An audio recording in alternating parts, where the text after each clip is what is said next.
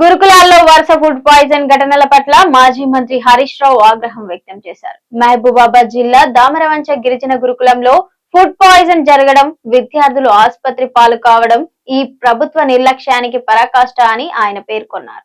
ఏడాది కాంగ్రెస్ పాలనలో ఒకటి కాదు రెండు కాదు గురుకులాల్లో ఫుడ్ పాయిజన్ కేసులు వందల్లో జరిగాయని, వందల మంది విద్యార్థులు ఆసుపత్రి పాలు కాగా పదుల సంఖ్యలో ప్రాణాలు కోల్పోయారని ఎక్స్ వేదికగా ఆవేదన వ్యక్తం చేశారు. కల్తీ ఆహారం విద్యార్థులకు పెడితే అరెస్టులు చేస్తామని సీఎం రేవంత్ రెడ్డి స్వయంగా ప్రకటించారని, అయినా ఎక్కడ వేసిన గొంగళి అక్కడే అన్న చందంగా గురుకులాల తీరు ఉందని అన్నారు.